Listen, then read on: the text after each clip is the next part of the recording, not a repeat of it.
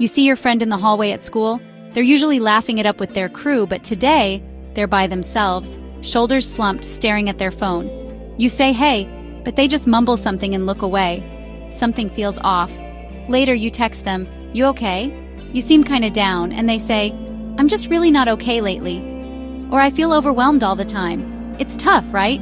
You care, but you're not a therapist. You want to help, but you're not sure how. And the last thing you want to do is say the wrong thing and make it worse. Listen, wanting to be there for your friend makes you a good friend. It really does. But knowing how to help when someone's hurting, well, that's not always so clear. That's what we're going to talk about today. In this video, you'll learn how to spot the signs that someone's struggling, what to say, and what to say, how to support them without burning yourself out, and when to involve a trusted adult. Let's talk about real friendship, mental health, and healthy boundaries.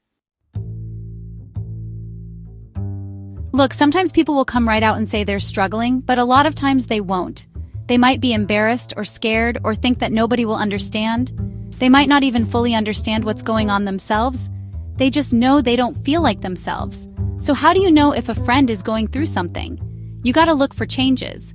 First, changes in their mood. Are they more irritable than usual, snapping at people, even their closest friends? Or maybe they've withdrawn completely, like they've shut down emotionally, they're just flatlining. That's a big red flag right there. Second, changes in their behavior. Are they skipping class, bailing on plans they were excited about, isolating themselves from their usual friend group? These are all signs that something's up. Third, pay attention to their words. Are they saying things like, "I'm exhausted all the time," or "nothing matters anymore," or "I just want to disappear"? Those are not things you just brush off. Those are cries for help. And finally, look at their body language. Have they stopped taking care of themselves? Not showering, wearing the same clothes for days? Have they lost or gained a significant amount of weight? Our physical health and our mental health are connected, folks. Changes in one can definitely impact the other. So, your friend finally opens up to you. They tell you they're struggling. What do you say? First off, don't panic. This is not the time to start offering unsolicited advice or trying to fix them. Just listen. Really listen. Put your phone down, make eye contact, and show them you're present. Let them know you hear them. Start by acknowledging their feelings. Say things like, "Thanks for telling me," or "That sounds really tough. I'm here for you." Let them know they're not alone. You can say, "You're not alone in this. I'm here for you, and we can figure this out together." Even if you don't have the answers, just offering your support can make a world of difference. Now here's what not to say. Don't minimize their feelings by saying things like, "It's not that bad," or "Just get over it." Don't compare their struggles to other people's by saying, "Other people have it worse." And for crying out loud, don't tell them to cheer up. That's just dismissive and unhelpful. Remember, this isn't about you. This is about being there for your friend. Chapter 3. Now here's the thing. Being a good friend doesn't mean you have to become their therapist. You're not equipped for that, and frankly, it's not your job. You can be supportive without taking on the entire weight of their problems. You gotta know your limits. If you're feeling overwhelmed, it's okay to say, "I'm so sorry you're going through this and I want to be there for you, but I'm not sure I'm the best person to talk to about this right now. Have you considered talking to a counselor or a therapist?" There's no shame in encouraging them to seek professional help. In fact, it's one of the best things you can do for them. Another way to be supportive is to involve trusted adults. Talk to your parents, a teacher, a school counselor, or another adult you trust. Let them know what's going on and ask for their guidance. They can help you navigate this situation and make sure your friend gets the help they need. Keep checking in with your friend, but don't pressure them to talk if they're not ready. Just let them know you're there for them and you care. And remember, taking care of yourself is crucial. You can't pour from an empty cup. Make sure you're taking care of your own mental health by getting enough sleep, eating healthy, exercising, and doing things you enjoy. Chapter 4. Okay, this is important. What if your friend says something that really scares you?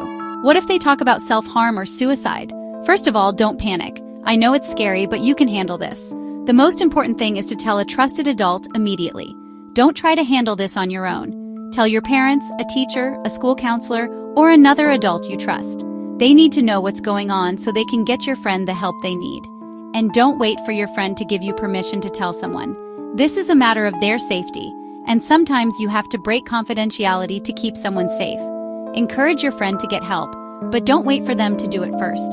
Tell them you're worried about them and you want them to talk to a professional. You can even offer to go with them to their first appointment. Remember, you're not responsible for fixing them, but you can be there for them and support them in getting the help they need. And if it's an emergency, if you believe your friend is in immediate danger of hurting themselves or someone else, call 911 or your local emergency number right away. Don't hesitate. Your friend's life could depend on it. Chapter 5. Listen, being there for someone who's struggling is one of the most courageous and compassionate things you can do. It's not always easy, but it's always worth it. Even one caring friend can make a huge difference in someone's life. Don't underestimate the power of your presence and your support. Remember, you don't have to do it perfectly. You don't have to have all the answers. Just be there. Listen more than you speak. Offer words of encouragement and support. And don't be afraid to ask for help when you need it. You're a good friend for wanting to be there for your friend. Don't ever forget that. But remember, you're not a superhero. You can't carry the weight of the world on your shoulders. It's okay to lean on others, to ask for help, and to prioritize your own well-being. You're doing great. Keep showing up for your friends. Keep being kind, and keep taking care of yourself. You got this. Look, life can be tough sometimes. We all go through rough patches. But knowing you've got someone in your corner, someone who's there for you no matter what, that can make all the difference. If this video helped you feel more confident supporting a friend, give it a like, share it with someone who might need it, and subscribe for more tools on mental health, friendship, and emotional strength. Until next time, be kind, be present, and never be afraid to ask for help or offer it. Outro music fades in.